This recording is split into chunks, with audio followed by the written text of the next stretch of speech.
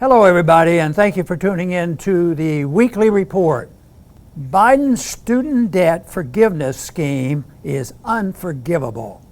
Last week, President Biden announced he is creating a new program forgiving $10,000 of student debt for those with income under $125,000 a year. The amount rises to $20,000 for borrowers who are Pell Grant recipients.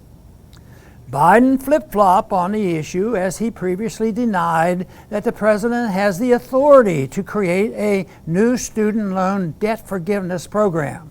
He now claims a 2003 law allowing the Education Department to waive or modify provisions of federal student financial assistance programs to help students affected by war, other military operations, or a national emergency gives him the authority. Biden says debt forgiveness is necessary because of a continuing COVID national emergency. It seems odd that Biden would claim COVID is a national emergency when even the Centers for Disease Control has stopped recommending lockdowns, masks, and social distancing. A broad student loan forgiveness program also does not seem to fit the purpose of this statute, which was to provide student loan forgiveness for military personnel, first responders, and others engaged in fighting the war on terror. Another basis offered for the president having the power to cancel the loans is a provision in the 1965 Higher Education Act that gives the Education Department limited authority to modify or forgive student loan debt.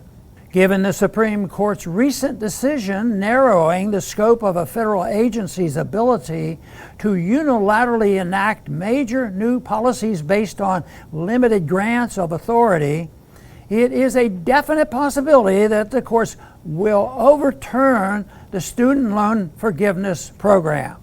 If the courts uphold the president's action, then as many of the 43 million Americans could have significant amounts or even all of their student debt forgiven.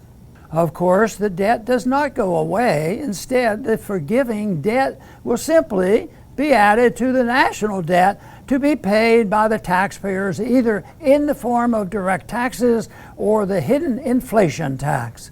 Thus, these loans will be paid off in part by taxpayers who did not go to college, paid their own way through school, or have already paid off their student loans. Since those with college degrees tend to earn more over time than those without them, this program redistributes wealth from the lower to the higher income Americans.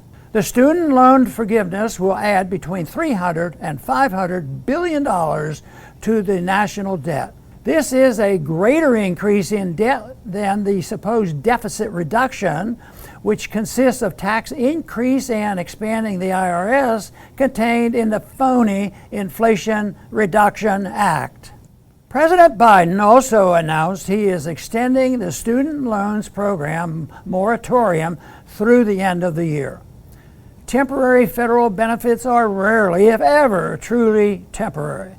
When the time comes for the moratorium to expire, Congress will almost certainly extend it in response to pressure from constituents who benefit from the program, which includes colleges and universities in Congress members, states, and districts. The expectation that more student loan debt will be forgiven will also encourage more students to take out loans and will give colleges a new incentive to raise their tuition. This will raise the cost of the student loan and loan forgiveness programs. Increasing debt caused by expanding student loans and loan forgiveness will increase pressure on the Federal Reserve to keep interest rates low, leading to continued price inflation and an eventual major economic crisis. A step in avoiding this and reversing course is convincing a critical mass of people to understand that the welfare warfare state and the fiat money system that underlies it are impractical and immoral. Thanks for listening.